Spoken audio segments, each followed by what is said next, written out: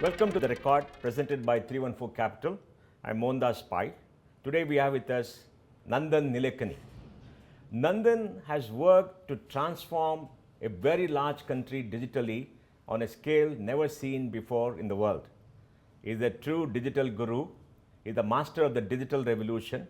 He has empowered every single Indian with the power of technology in multiple areas.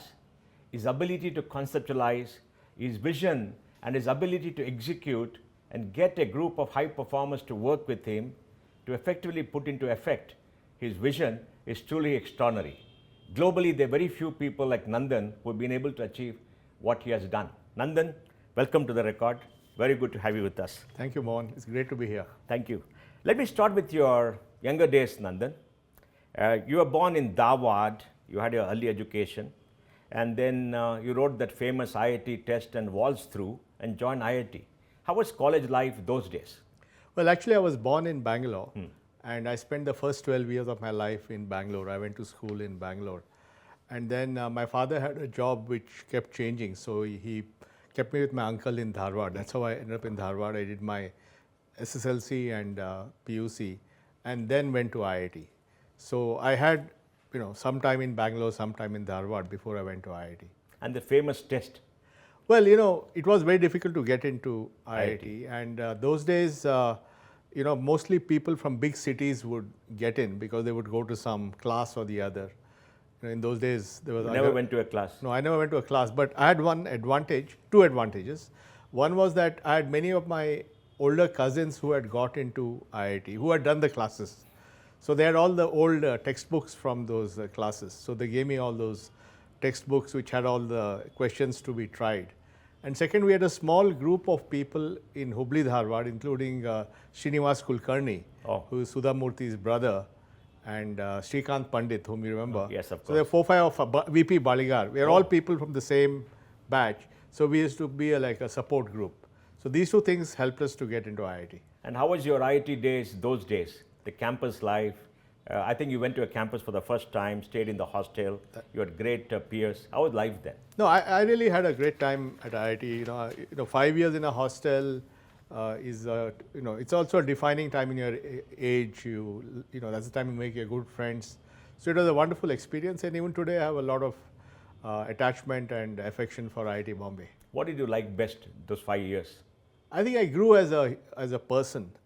At that time I was just a kid from Dharwad. I came to a big city, got to know how things operate, took part in many activities, learned how to get things done.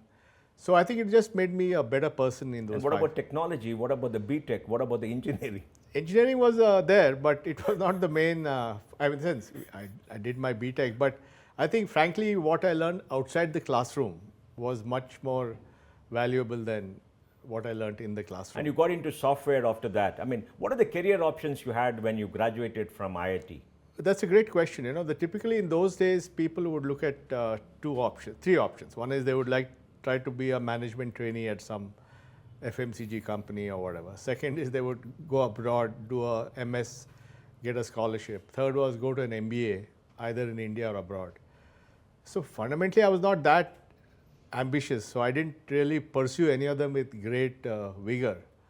And I was thinking of appearing for the IIM entrance exam in December of '78, but I fell sick, so I didn't do that either. So I was basically at a loose end, which is when I walked into Murthy's room. You walked into him? You walked into his room, or somebody called you and told you that I was there? I walked into his room because there was a buzz in IIT at that time that they're this company and they're hiring people, and they have all these new data general mini computers. So I said, "Theek hai, yeah." And one thing about software is one profession where whatever education you have, you can become a software engineer. So it was quite the right thing to do. And you had no ambition to go overseas for education or emigrate?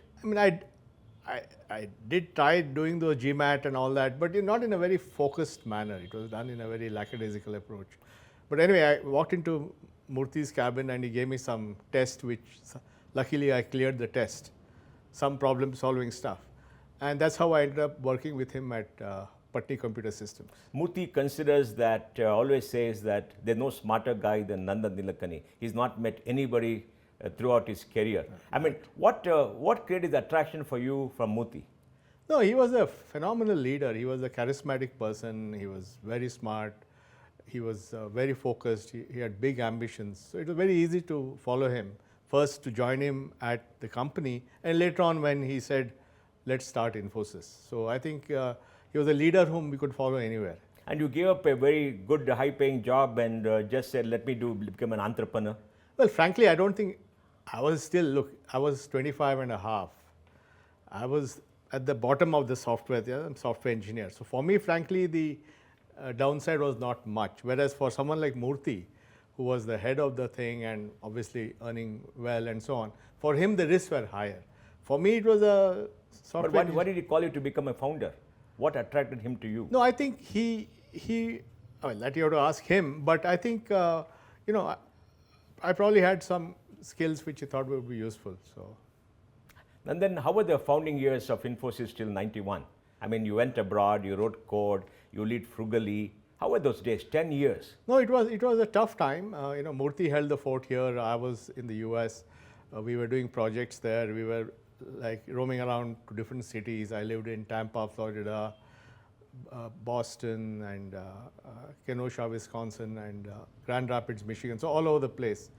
And I think we had very little salaries because we were, you know, we had to manage frugally.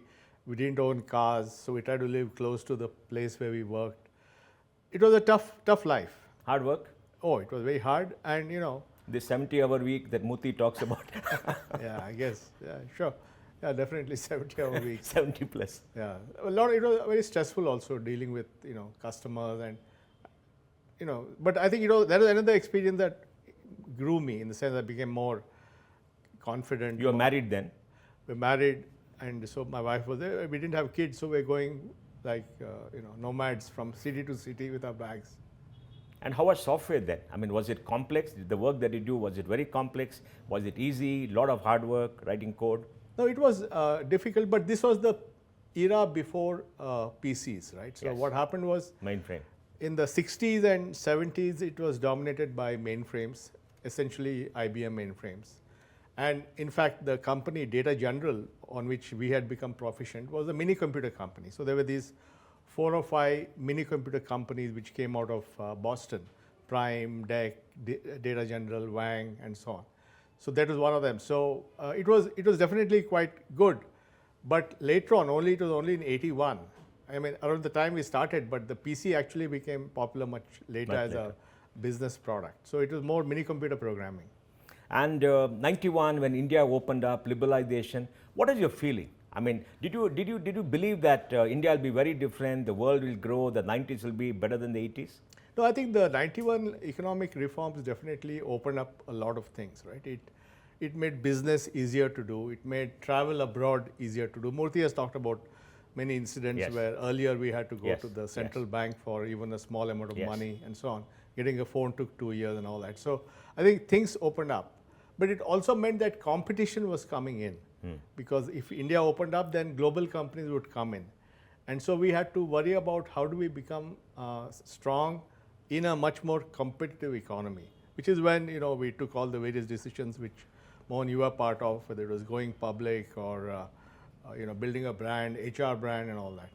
I remember meeting you first in that Windsor Manor when you and Murthy came and presented about Infosys, and you folks said that you're going to be $100 million by 2000, 20% margin. I mean, was there a big vision from where you were? Yeah, I think the big shift that happened was up till then we were operating from year to year. But I think we learned that the way to do it is to set a bold ambition and then motivate everyone towards that ambition. So this 100 million was part of that, what that time looked like a bold ambition. I know. And then how was marketing and sales in the 90s? You took on marketing and sales. You're possibly the first person, one of the few people in this country to set up offices overseas, travel. How was selling an Indian company, a remote company in a remote place south of India, and selling something complex like software? No, first you have to sell India. Yes. Then you have to sell Infosys. So it was tough. I mean, that was a lot. I mean, today every second CEO in America is an Indian, so you don't have to sell India. But in those days, you know, when we were pioneers, a lot of our job was to say why we are the best and and why India is good for this, and then of course why Infosys is good. And what is the logic you used to sell India those days? It was tough. No, I think the fact that we had tremendous talent. That is the selling part. Yeah, talent, very good engineering colleges, English speaking. The fact that we had the talent and we could harness that talent to deliver solutions was really the primary. And of course, that Infosys was a very professional company, a very high quality company, a company with high standards of governance, all the things that Murthy was espousing. So I think that made them confident that Infosys was a company they could deal with. And you had personal relationship with many CEOs. Not in those days. I think that took a few more years before I got to a point where. And you should travel a lot those days to market and sell. Totally. No, in the 80s, I mostly lived in the US. Lived in the US. In the 90s years. you traveled. 90s, I was based here and traveling a lot. And Nandan, Davos was the big event those days. You came up with this theme of India Insight. What is Davos? What is this global gathering? And what made you come out with this campaign for India Insight and do it very well? Yeah, so what happened was I started, in fact, Murthy and I both, Murthy was going even earlier. I started going maybe about 20, 25 years back to Davos. And we realized that Davos was where all the business leaders would come together. And they would come from all over the world. And so sometime in 2004-05, I realized that maybe this is the place to put the India brand to a new level. And so I spearheaded this program called India Everywhere at Davos. And I worked, of course, it was a CII initiative. I was just leading this. We put together money from different companies, and we basically said we'll do something where anyone who lands in Davos for that 1 week, every part of their life is touched by India. So they land at the airport this year hoarding. They land in the hotel room, they get a iPod with Indian music and stuff like that. Basically so that was a great success, and I think really raised the India brand. This was in 2006, almost 18 years back, 19 years back. So I think that was very important, and also I learned how to bring a lot of people together to do some big goal like branding a country. And Nandan, today many young people, founders want to go to the US and market and sell. What is your advice to all of them? What is it they must keep in mind when they go and try to do that? Because you were the pioneer those days, and you are now, you are a great marketing czar. What would you advise them? No, I think, first of all, I think a lot of the foundation has been laid for them, yes, right? Because of firms like Infosys, or the fact that Indians are so successful as CEOs, Satya Nadella and all that. So I think that part is done. So a lot will be on their offering, what is that product or service they're offering, if it's a SaaS product. So I think, getting product market fit right in the Western market is very important, because that market is competing for attention. I mean, many people are competing for the customer's attention. It's like overloaded with sensory sort of things happening. So your ability to penetrate through that is very important. And my general observation is that mind share comes before market share. Mind share comes before market share. So you have to get a part of the mind. Once you get a part of the customer's mind, then the market will automatically follow. So I think, how do we create mind share? How do we create the buzz about your product? How do you make sure people think it's the next new thing? So creating that buzz, mind share is very, very important if you want to sell in a very competitive market like the US. So that is your advice to them? Yeah, get mind share before market share. Get mind share before market share. And then you've seen an extraordinary shift in technology, from the mainframe to the mini computer to the PC to the client server, the Y2K bug, the internet economy, enterprise technology, the digital revolution, internet again, and now AI. What keeps you current? How do you manage to keep on top of all the technology trends? And when you speak about technology, the world listens. So you obviously have a great knowledge of all this and the trends and the impact. What makes you keep current? No, I'm first of all, fundamentally, I'm very curious to learn and know. Curiosity. Yeah, so I read a lot. I read all various publications or journals and all that. Also, I get a lot from conversations. So every time I meet a client, I see it as an opportunity to learn something from the client about his business, his technology challenges, his business challenges, and so on. So when you do that systematically for 40 years, you pick up a lot of stuff. So and then But you have to go back to first principles. Like even when I say AI, you go back to, so once you have a clear mental model of how to look at the world, you can apply that to every change in technology. So today nothing surprises you. No, I didn't say that. I said, No, obviously, in a sense that you are on top of it, you yeah, understand I don't the know, I'm trends. not phased, I'm not intimidated by You're not something. intimidated. Yeah. And also what happens today also, the huge hype cycles. So you have to penetrate through the hype and get to the basic, what is that thing? So you can't just buy somebody's hype. You have to go back to fundamental questions. So once you do this for a long time, you can do that. And you will shine on a stage with all globally renowned innovators who have come out with new things. I mean, you talk to them, you will shine. Well, I mean, no, I deal with them as equals, yeah. As equals. I mean, in the sense, I'm not perturbed Intimidated by anybody. Yeah. And you feel that you can handle anything globally. Yeah, it's just that, you do something for 40 years, you become reasonably good at it. So But we've seen many people fade away in 40 years. They never at the top of the profession, top like you have been for 40 years. no, because I have that desire, that urge to be on top of things. And you are self-motivated. Oh yeah. Today, what's my motivation? I mean, I don't need to do any of this. Then Aadhaar. How did you conceptualize Aadhaar? I mean, it is so unique. So many 600 million people don't have an identity. They must give an ID. How did you conceptualize Aadhaar? And what made you give up your first love? I mean, first love, Infosys, being one of the best CEOs, globally renowned, and build a great company. What made you give it up and join government and work on Aadhaar? Well, I had written about the need for a digital ID in my book Imagining India in 2008. That is before Aadhaar. Yeah, 2008, before this started. And then after the new government came up, the second version, second UPA, they reached out to me. They reached out to you. Yeah.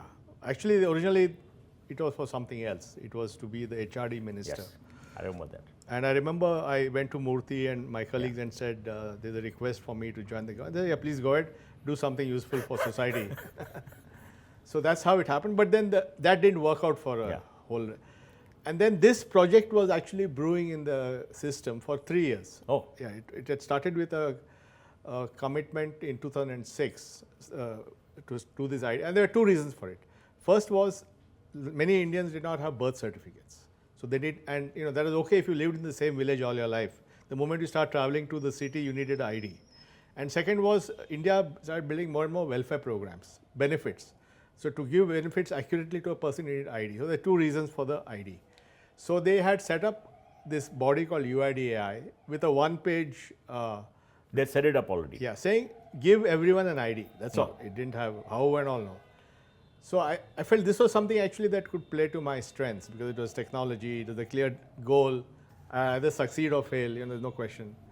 So that's what, and Prime Minister Manmohan Singh agreed to that, and that's how I ended up. So basically I went from being the CEO and then the co-chairman of Infosys, nice corner office, remember the golf course and all that, 100, 200,000 people, all that. It was a good life. And a global fame.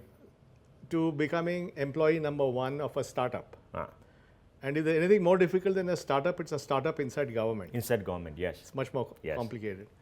And then I had to move from Bangalore to Delhi. I had no office, I had no budget, I had nothing. It was really like going back to the early days. So, but I think the challenge was what excited me because I said that if I do this well, and there's a high likelihood I would not do it. Yes. And the risks were very high. If I do this well, then I could sense that this could be transformational. So sometimes you take these risks in life, saying, okay, here's something you could do which can make a big difference. And I got great support from Murthy and all my colleagues saying, please go and do it. But, the impact was very important to you, right? Yeah, of so course. it is a mission, you are very driven to make that impact on society. Oh, absolutely, yes. And how did this compassion for society come to a hard-nosed technocrat, a globally renowned business person who built a great company and used to go around globally with the movers and shakers of the world? Now you come and do a social impact project with being employee number 1. I mean, it's a big transition. Did something in your... Yeah, sure. I think, my family background, my father was a very socially minded person. He was always doing something to improve. at a small scale around him in Dharwad and all that. So basically, I grew up in an environment which had a social consciousness in it. So we all had this history of being socially compassionate. So in different ways, we manifested that. So this was the manifestation for me. Here was the opportunity to do something highly impactful. So I said, let's do it. And it worked out, right? You attracted some of the best brains from the world. You built a great technology stack. It could pass all the tests for cybersecurity and everything else. How did you conceptualize the technology? Who helped you out in the sense? Who did you work with? And how did you attract some of the best guys in the world in deep tech? Well, I think it's both the best bureaucrats and the best tech guys, because you need both for a government project. So I was very lucky that my CEO was Ram Sevak Sharma, who later on became the telecom secretary, chairman of TRAI and all that. He's a brilliant guy, IIT Kanpur, does programming as a hobby. So he was my CEO. And you chose him or you got him? No, what happened was I went to a gentleman called K.P. Krishnan, who was also from the Karnataka IAS cadre, and said, who had an encyclopedic knowledge of all bureaucrats. Oh. He's like the one-man HR department of the government. So I went to him and said, boss, give me some names. So he gave me Ram Sevak's name. He said, this guy's good for you. So I met him and I took him on, and then I got Ganga from the audit and account to be my CFO. I got Srikar from Karnataka cadre to be my private secretary. So I assembled a very good team of bureaucrats. And then on the technology side, I got people like Shrikant Nadamuni, Pramod Verma, Vivek Raghavan, Jagdish Babu, Sanjay Jain. Each of them had built something, Google, Intel, all the big product companies. So I had a great tech team and I had a great team of bureaucrats. But they were from two different worlds. So my job was to integrate them together to one common purpose. And that was really that was easy for you, right? Being what you are. No, but it took time because, both sides have, there's mutual suspicion in general between bureaucrats and entrepreneur business types, right? But the way I did it was I set a very ambitious goal.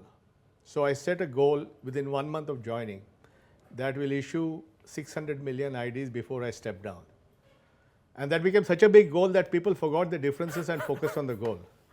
So the lesson in all this is that for entrepreneurs also is that if you set ambitious goals for your company, audacious goals, everybody unites to get to the goal. But you have to build the building blocks to get to the goal, and you got to see progress. No, you cannot have implausible. Your goal should be plausible but ambitious. In the sense, you should be able to get there, but it should be ambitious. And you kept the team together. Oh yeah, they were all together for most of the 5 years that I was there. And at that point of time, there's something called the National Population Register, which was being run. But you pulled it off. I mean, before they could walk, you already got 600 million, people coming on Aadhaar. Well, the NPR is a very important part of the country. It is. It's the Home Ministry. It is under a law and so on. So I think actually we worked out an arrangement where we agreed that we would issue the ID, and that it'll just say that Mohan is Mohan, but whether Mohan is a citizen is established by them. And their enrollment would also enroll into Aadhaar. So we came out with a solution which brought everything together. It took some time to figure it out, but we got that done. And you charmed all the chief ministers in this country of different political parties. You went there, you met all of them and got them on. What was your pitch to all of them? Well, first of all, I had 14 months to deliver the technology. So I had to do something in those 14 months anyway. Of course. So I went to every state. I met Mr. Nitish Kumar in Bihar, Mr. Modi in Gujarat, Mr. Tarun Gogoi in Assam, and everywhere, all of them. And essentially said, look, this is coming. This is how it's going to benefit you. It will help you to deliver benefits better. It will help you to give better services to your... And they all said, fine, it sounds like a good idea. So I managed to get, Not an easy task for anybody. Yeah, so that's actually that was more difficult than the technology, getting everybody aligned. But I also kept it very simple. I didn't put too much application on top of this ID because then it will create conflict. I just said this ID says Mohan is Mohan. So whether Mohan deserves to be a citizen is decided by the NPR. Whether Mohan deserves a passport is decided by the MEA. Whether Mohan deserves a driver's license is decided by the road guys. So that way I said, I'm not taking away any of your jobs. I'm just giving an ID that says Mohan is Mohan. So once they figured that I was doing something relatively harmless, they let me do it. And would you say that when you met all of them, your persona played a great part? I mean, they saw you as somebody who's a tech czar, very personable, very polite and very non-threatening, who comes and tells them, oh, this is going to be the vision, and they caught on. Do you think anybody else would have been able to do the same job of I'm getting sure them on board? Somebody could have done it, but yeah, I was very courteous, humble with all these guys. Also, I never made them come to my office. It's important to understand that when a chief minister comes to Delhi, say he visits some office, you don't do that to a chief minister. Yes. So a chief minister has a bhavan in Delhi. So there's Bihar Bhavan, Gujarat Bhavan. Every state has a bhavan. Yes. It's like the embassy of that Yes. state in this. Delhi, yeah. And that is their Fiefdom. That's their their, kingdom. their thing in Delhi. Yeah. I always went there to meet them. Okay. I never made them come to my office. Okay. That's a small thing. Small thing. I And was you went showing to the state. respect. Yeah, That's you why showed respect. I would go, I met Mr. Sushil Modi in the Bihar Bhavan, he was the deputy CM. So the fact that apart from going all the way to the city, I mean, I went to Raipur, I went to Ahmedabad, all that. Apart from that, even in Delhi, I would go to their Place. And Nandan, when you went there, which of these chief minister, anybody, really saw the potential of Aadhaar and was excited? I mean, to be honest, the person who got it best was Mr. Modi. Really? Yeah. In an instant he figured it out. Ah. I mean, Mr. Nitish Kumar also was very good. Sushil Modi, both of them together were very good. Yeah, but in terms of getting to how this is going to solve a problem, he got it. And what about the leaders in the south? Leaders in the south, at that time I went to Tamil Nadu, but I couldn't meet Jayalalitha. She was not there. So it was okay. And Karnataka? Mr. Yeruppa was very good to me. He was very supportive at that time. But in terms of understanding what is happening, I think Mr. Modi was the best of the lot. And you conceptualize this idea of service providers who will go everywhere and get people on. And before anybody realized, you got 600 million. Yeah, so that's important to understand the enrollment operating model, business model. Yes. A typical government project, suppose I have a budget of 1,000 crores to buy equipment. Then you go and put RFP and do some L1 bidding, because buying is a big deal, right? And you create this whole staff to do it for you. So when I got the UID job, the proposal had some 36 joint secretaries in it, approved by the cabinet. 36? Yeah, it was as big as Home Ministry or Election Commission. I said, I don't need so many. I reduced it to some 10 or something, which people were shocked that somebody will actually reduce joint secretaries in a department. So I came up with an operating model where the equipment is bought by enrolling agencies to whom I give the standards and the specifications. So that's controlled. They invest their capital. They get their return on capital by doing Aadhaar enrollment. And they were paid say 50 rupees per person. So suddenly it went from a capex approach to an opex approach. And they only made money when they enrolled Aadhaar people. And they could not enroll the same person twice because it will reject. So they had to enroll new people all the time. So we had 100 enrollment agencies around the country all wanting to enroll. So it became a movement. And government is okay with that? Yeah, because it was everything was as per policy. We put the policy, it's on a website, approved by cabinet. I did all that properly. All that properly, and all the process and everything else. Yeah. And there were many people who went after you, right? Many of the NGOs said it's not going to work. They said it is profiling. It is creating a database of people. There's a lot of misinformation around the time. What are the motivation for all this misinformation? So it depends. See, whenever you try to do large-scale change, there are bound to be some people who don't like it. And you have to make sure that they don't gang up on you. They don't gang up on you. Yeah. Because when you have a negative coalition, if the negative coalition becomes very strong, then they can submerge you. So you have to keep them apart in some sense, or you have to do it at different points. So you take on different people at different points. So I had a heat map of who all were opposing me.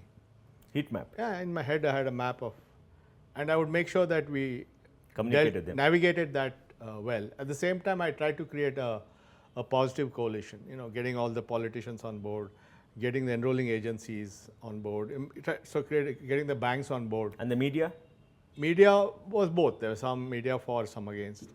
Getting so I basically had to create a positive coalition and make sure that there's no negative coalition. And at that point of time, you're solidly backed by the government. You never had a time when you had to go to government or felt that it's not going to work. No, I think it was very good support.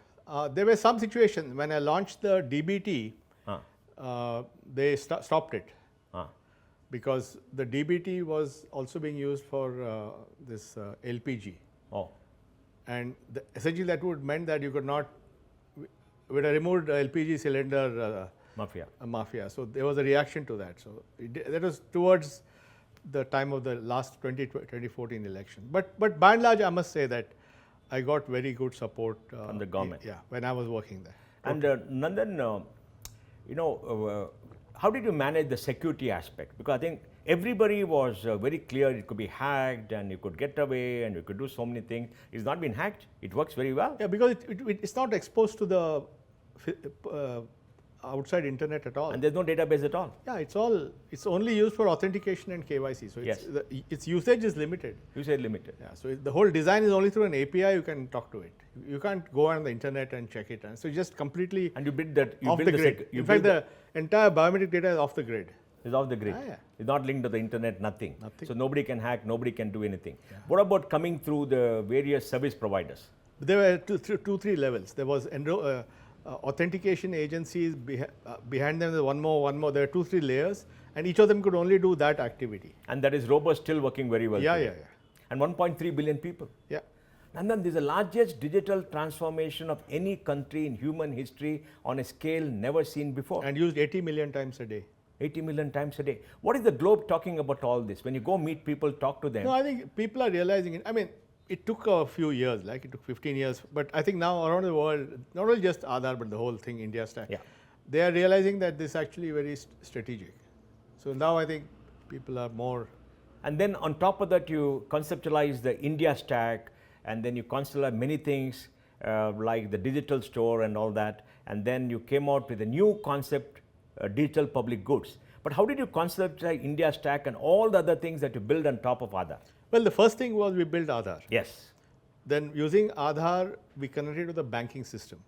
So you could use Aadhaar KYC to open a bank account. That's And whose idea was it to open all the bank accounts? No, the idea was there, but what took it to scale was the Aadhaar. Prime Minister Jan Dhan Yojana program, which actually pushed bank accounts to everybody. So for a digital transformation, a political drive and the leadership is extremely important. Yeah, to get speed and scale and that speed and energy. scale. But you also need market. You also need market. So you need both political and market. Market happened in telecom. Because Jio was launched in 2016 and Jio used Aadhaar KYC to get 100 million customers in 6 months. And Airtel was caught blinking. He never used Aadhaar.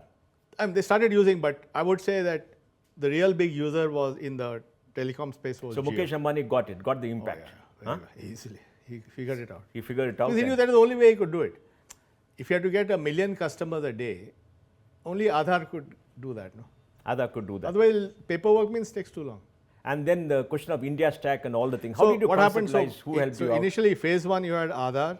Aadhaar used for mobile phones by Jio and then by everybody else. So everybody gets a mobile phone. Aadhaar used by the banking system, accelerated by Jan Dhan Yojana, everybody gets a bank account. So Jan Dhan Aadhaar Mobile, what PM called the Jam Trinity, was done. Then DBT was done. So this was used to put money into people's accounts. Now more than few $100 billion has been transferred into people's bank accounts. It's the world's largest cash transfer. It also allowed welfare programs, efficiency, no leakage, all that. So it transformed the way welfare was done in India. So that was like first phase. And then people like Ram Sevak built the DigiLocker and where everybody, 200 to 300 million people keep their documents in DigiLocker. That e-signature, all that was done. Then NPCI took up the UPI, and I'm the advisor to NPCI. NCPI was you conceptualized No, it? NPCI was set up by Reserve Bank of India. I know, but you No, what happened was, by a coincidence, they were set up at the same time as UIDAI. Okay. Pure Same coincidence. Same time. So I met with their people, and they were just starting the retail networks. So we became very strong collaborators. Ah. So we built the Aadhaar payment bridge for DBT. We built eKYC for bank account. We built Aadhaar enabled payment system to withdraw money. So we worked on that. So we became very like partners together on this journey. And the RBI was very, very innovative in this, right? RBI has been extremely supportive. I've worked with them for last 15 years. They have supported all the innovations so far. And it's worked out very well. It's the only instance of a central bank globally becoming so innovative, working with technology on a scale not seen before, right? Yeah, I think now the other countries are also doing like PIX in Brazil is initiative of the central But bank. those days RBI RBI was ahead of the ahead curve. of everybody, In fact, right? I must tell you that when I took the job in July of 2009, the news was published in July. Among the first calls was the deputy governor of RBI. So basically, she called me up Oh, to say that this is a really? great idea. We should work together. Ah. So they, in fact, they were the most excited when my appointment was made. And then people don't give you credit for something else which helped the India stack and the jam, that is core banking. You led the drive for core banking with Infosys, right? That was much earlier. Much earlier, but that helped. Without the core banking, this couldn't have happened on a scale. Yeah, so I think core banking we started in the 80s. Yes. But in the 90s, when you had the liberalization, they issued the license for private sector banks. Yes. ICICI Bank, HDFC Bank, all these guys. So that gave a big push to have a modern banking system. So in some sense, 70% of Indian banks use.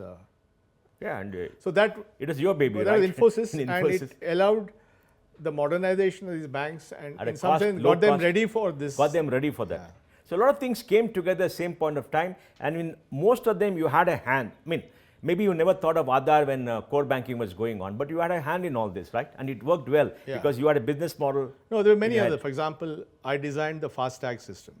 Oh, So you in- designed the FASTag. Yeah, in 2010, I was asked by Mr. Kamal Nath, who was that time the minister, saying that every day some vendor is coming saying, you have this system for tolling, that system for this. Give me one approach. So I came up with a report which laid the foundation for using RFID tags as the basis for this, which is now implemented, does 2.5 billion transactions per year.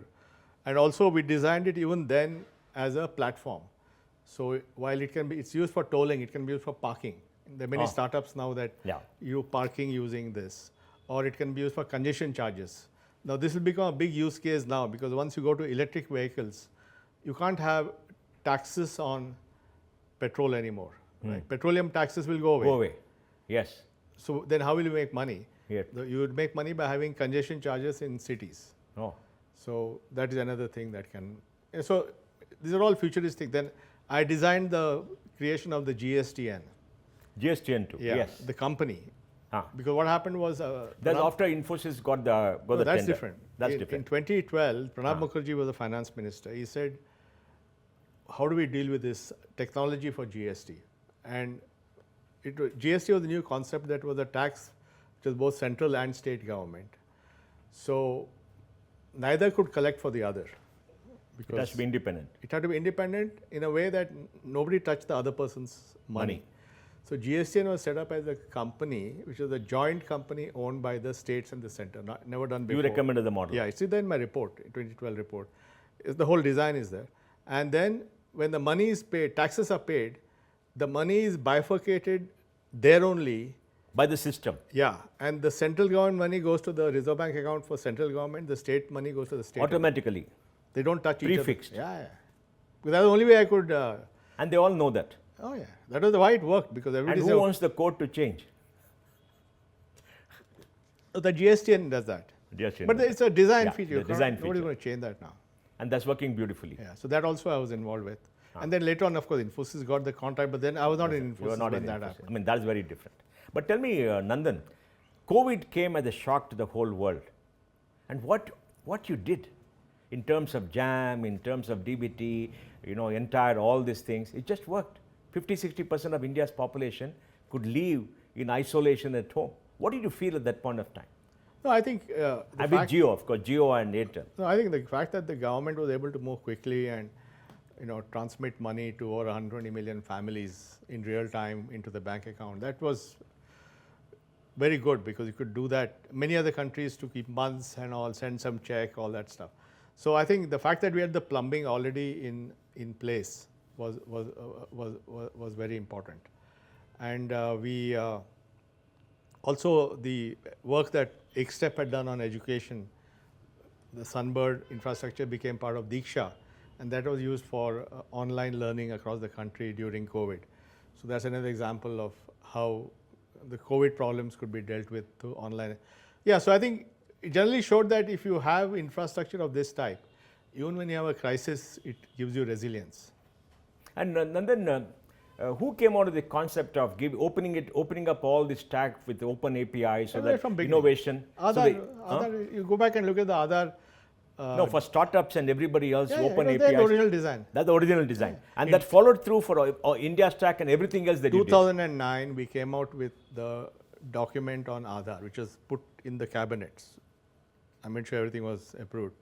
That clearly talks about APIs and how. At that point of time, 2009, when the world didn't have the API economy, right? I mean, internet was there, so. So that worked. Yeah. No, Nandan, the world is seeing global digital monopolies coming and monopolizing the digital world on a scale not seen before. Apple has got 2 billion people, Android 4.5 billion people, payments, etc. All the digital companies. Now you come with this concept, digital public goods, as against a digital monopoly. And this digital public goods, the public utility to be used for the benefit of all the people as an independent entity apart from government or the private sector, on top of which innovation can start. How did this whole digital public good get conceptualized as one entity, as an idea by itself? Well, digital public good is actual good. Yes. Digital public infrastructure is the rails. Yes. Well, frankly, you know, if you look at the internet was funded by the US government. Yes. And it had open APIs. Anybody could use it. That's a digital public infrastructure or digital DPG. Or look at GPS. GPS answers the question, where am I?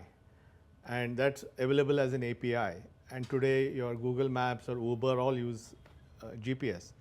So the concept of digital public goods and digital public infrastructure was already there, except nobody had articulated it like that. So yes. we said we will refine this concept and apply it for other areas like identity, payments, data. In fact, we have the world's best data empowerment architecture called DEPA, which people can use their own data for themselves. So you'll see an explosion in financial services, for example, because now you're going to democratize credit to consumers and businesses, because now they can use the digital footprint of their transactions, their UPI payments or the invoices, to convince a borrower to give them money. And that is because we have put data in their own hands. Nobody else has done that. That's another big part of what's happened here. Now, there are two opposing forces globally, right? One is of large tech companies, the global players, and now we have digital public goods as a digital public infrastructure available to everybody. How will these forces work out, according to you, in the next 5-10 years globally? Is there something happening globally which says that having too much of digital power with some companies is not good for the world? Well, I mean, there's a big movement in the West through the regulators and to create more competition. But I think the Indian model is we bake in competition in the regulations at the code. So, you know, many people can provide UPI applications, many people can provide KYC. So the architecture itself creates competition. But somebody has to think about it. Yeah, so that, I think people are realizing the value of that everywhere, but it's not easy to pull off. It's not easy to pull off. Yeah. And you pulled it off. Yeah, I mean, India pulled it off. India, no. When I say about you, you're part of this entire transformation. Now, Nandan, we are in the age of AI. And AI is going to, you know, impact many things that happen. How do you see the impact of AI on all the work that you have done? Well, and on the social sector. So we believe that the fact we have DPI will turbocharge AI, because we have already laid the foundation. Because AI is like saying, we'll do AI saying I'll build the penthouse when the foundation is not there. Correct. So we have the foundation with DPI. There's massive data which is going to be there. So there's a DPI. So we instead of calling it as DPI plus AI, we call it DPI to the power of AI. Oh. So everything is amplified. Yes. And we also believe that the most important thing in AI is data. And data relevant to you. So the data on the internet is internet scraped English language, Western focused stuff. We need Indian data, Indian language, Indian spoken. So we need our own data to be used to train our AI. So one of the things I support is called AI for Bharat at IIT Madras. So they are building the largest data of Indian languages. Bhashini. Bhashini is the government program. So AI for Bharat is one of the Yes. guys. Specifically at AI for Bharat, they're building the largest database of data for 22 Indian languages with a model and making it open source. So any startup wants to say provide answer, Q&A in Hindi, they can just use this thing. So the idea is that these things can actually accelerate adoption and improve inclusion. Because finally, if a farmer in Bihar can use his phone, WhatsApp bot, ask a question in Hindi, get the answer in Hindi, that's a completely different ballgame. I mean, you have driven this drive for inclusion for the last 20 years, right? In all your public work, right? Yeah. I mean, this is a very important concept and you've been able to pull it off, right? So, like look at payments. For people who have smartphones, UPI, no problem. I'll use PhonePe, Google Pay, Paytm, all that. But we also have UPI on feature phones with voice. With voice. Because that way you don't need an app. And for people who have no phones, they can use Aadhaar enabled payment system. So idea that everybody in the society, whether they are smartphone users, feature phone users, they don't own phones. Nobody left behind. Nobody's left behind. Nobody left behind. And it can only happen through digital technologies. Yeah, but you have to think it through. Think it through. If you say I'll only build it for smartphone users, you'll only get 1/3 of the country, right? Or Now, what are the next 5 years in the digital public goods? Do you have anything, any use cases in multiple areas which will impact I think a lot of people? things are happening. So I'll try to give you an overview. One is, of course, AI. And I think India will be the use case capital of the world. Use case capital of the world. Yeah, because use case capital of the world. So it's not about, I mean, a lot of people will build LLM and all, let all them the keep nice building, stuff. we don't mind. But we will use all this technology and deploy it at scale. For in everybody. Many. Already, for example, government has a Vistar initiative for using data agri AI, learning. So there are many use cases, language we talked about. So AI is going to be a big thing. Then the concept of open networks, like if you're seen in Bangalore, we have this Namayatri, you have this Yari in Hyderabad, I think you guys are involved.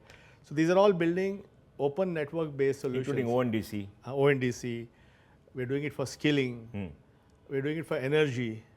You can now create an interoperable charging network. Oh. We're using open networks. So I don't have to, I can go to any charging station and charge my car or two-wheeler using software. I can discover, go anywhere. So all that open networks is going to be a big thing. And that includes for climate and all that. And the third is the whole tokenization of assets. Because the financial system needs to become, we have done some of it through UPI and all that. But if you really want to open up the financial system, you need to make all assets tokenizable, but within the government framework. Within the government. Regulated framework, not some crypto private stuff. sector.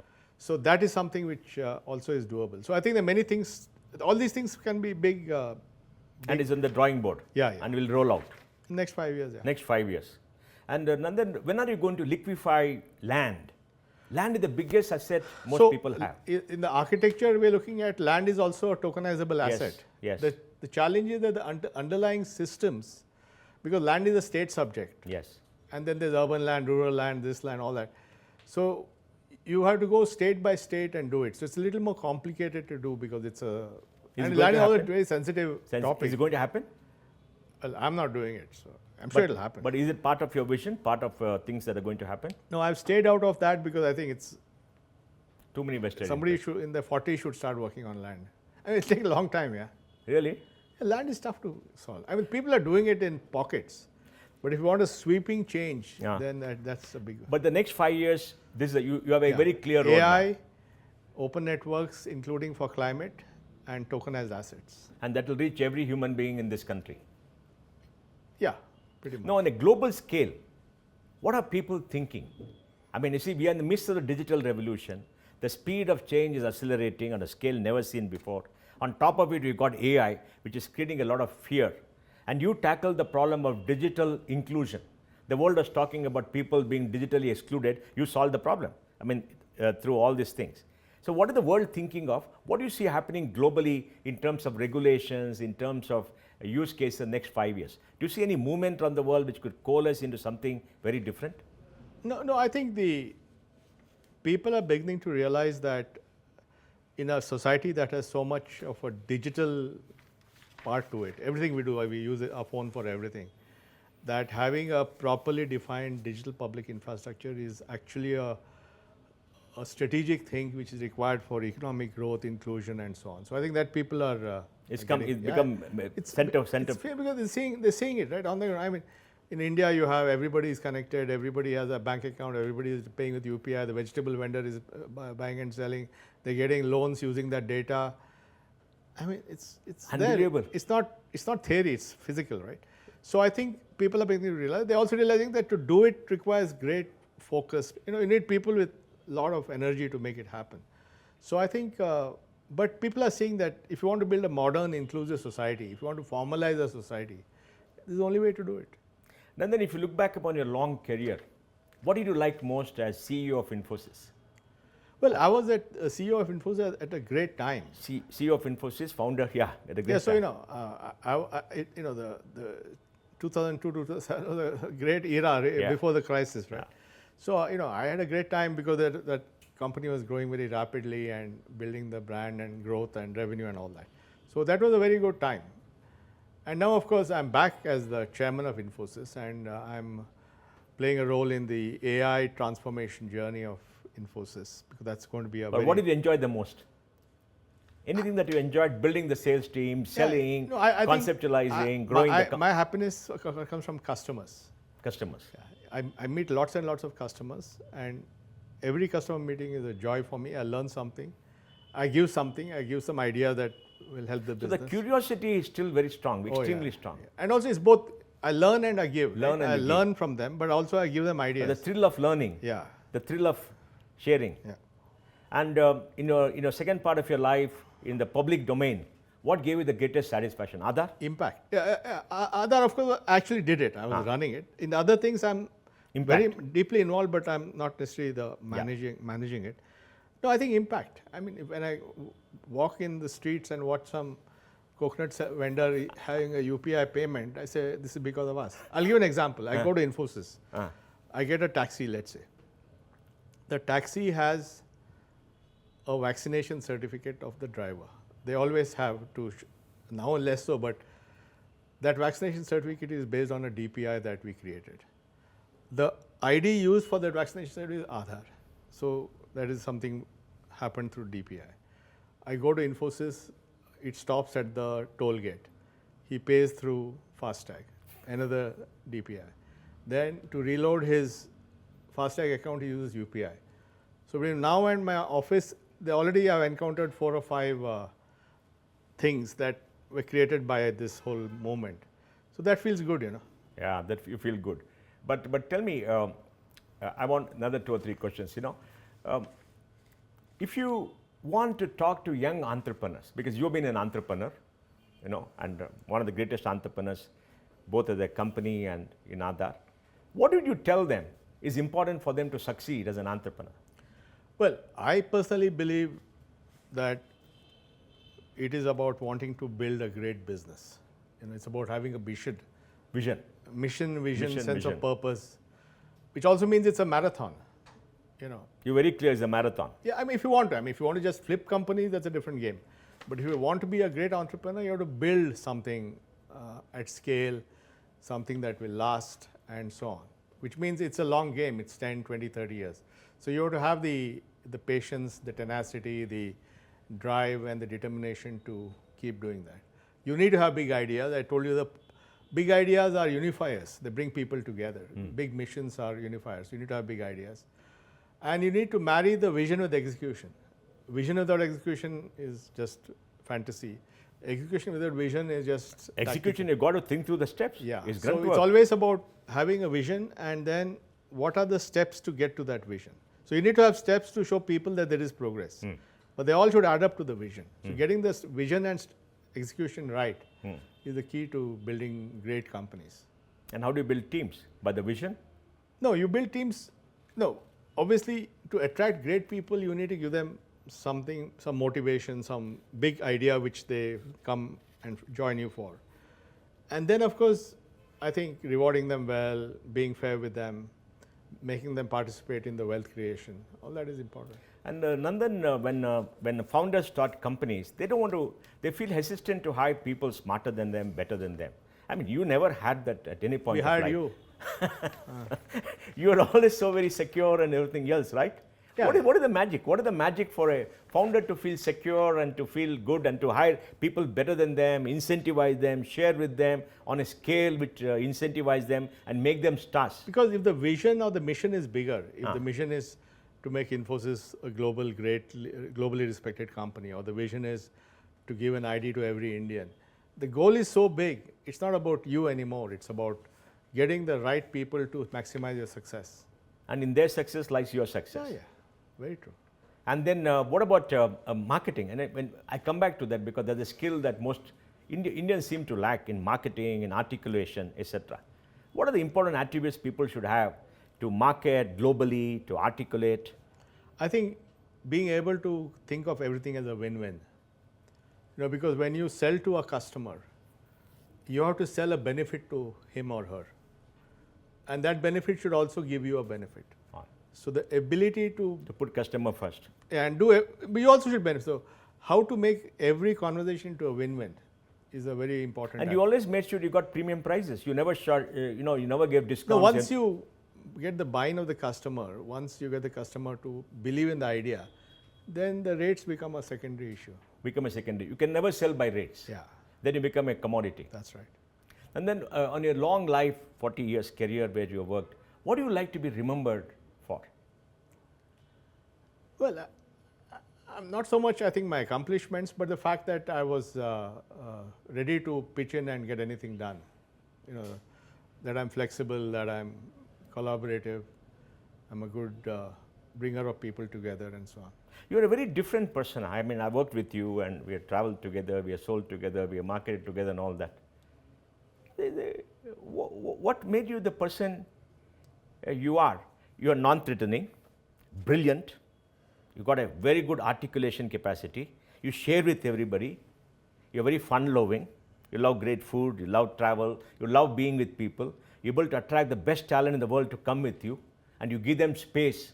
You never feel that, your respect is coming down because of them. You're very secure, you're very curious, very hardworking, and relentless execution. Thanks a lot, but Huh? no, but I don't know. I think I don't feel threatened, or I don't feel.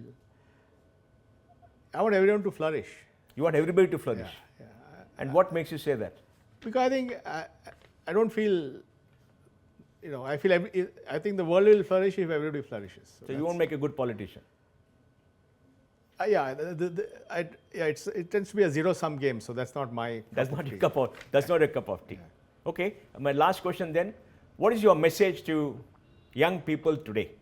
Because they're in the midst of digital revolution. Yeah. The speed of change is very different. They don't have time to grow up because they'll be overtaken by change. Competition is global, become very, very intense. What are the many things they must keep in mind? If you have to write a letter to your son, to say how he should be, what he should First of all, look at. let me say that there cannot be a better time to be an entrepreneur. Better time to be an entrepreneur. Cannot be. I've been at this game for 40 years. This is like unbelievable. I wish I was 40 years younger because there's so many things. I think never before have I seen an opportunity of the scale, size, complexity that is there. Obviously, it's very complex, it's fast changing, it's uncertain, all that is there, but that's the world, yeah. You have to accept that. And I think this is the time for these guys to think of building great companies. I think you have to build great companies. To me, if we have thousands of startups, but if some of them become the scale of an Infosys or a TCS or a whatever, HDFC, or Reliance, that is what we need today. So I think I'm hoping that some of these guys he or she will rise to that and build some phenomenal companies. It is hard work. It is both vision and execution. It is building a great team. You can't do this by yourself. It is about running the marathon. So there are costs and there are hurdles, and there are going to be many times when you will feel that, what am I doing? But I think if you have that, then I think it's a fantastic time. And all these guys are very lucky to be there. But it needs relentless focus. Don't get Relentless focus. distracted. Don't get distracted. No, just focus on what you have to do. And you solve all the dilemmas that comes to you, the sense of failure, the sense when things are not going well, you don't know what to do. You have to overcome all that. Yeah, I mean, so many times I felt it's over. You felt so? Yeah, many times. Even in Infosys? In not Infosys, not so much, but in Aadhaar, at least 4 or 5 times I thought, oh my God, I'm done. It's over. But I managed to fight myself out of it. And how did you come out of that? You just have to fight, because if your idea is so powerful and so required, and you want to make it happen, then you will work very hard to make it happen. How do you see the future of India? My last question, future of India. I'm very bullish on India. Bullish on India. I think it's right time, right place. It's taking off. It's geopolitically in a great place. I think India is really in a good place. And with the digital backbone that we have. Totally. So we are a society which is using technology for the first time, missed the industrial revolution, with missed the digital revolution, and we can leapfrog, and that's going to give a competitive advantage to India. Totally. So Nandan, thank you very much. It's been fascinating talking to you. Thanks, Mohan. And great learning. Thank you so much. Thank you, Nandan. Thanks. Folks, that is Nandan Nilekani, a global visionary, a person who transformed India, a person who's transforming the world, relentless execution, great vision, great focus on getting good people and ensuring that everybody shares the sunlight, and a person who's so secure in his own skin and always happy, always getting people together. And he's got a plan for the next 5-6 years. And after 5 years, he'll have a plan for the next 5 years. And I think there's a lot of learning for us. Thank you very much for looking at this video. And Nandan is a star, a global star. Thank you.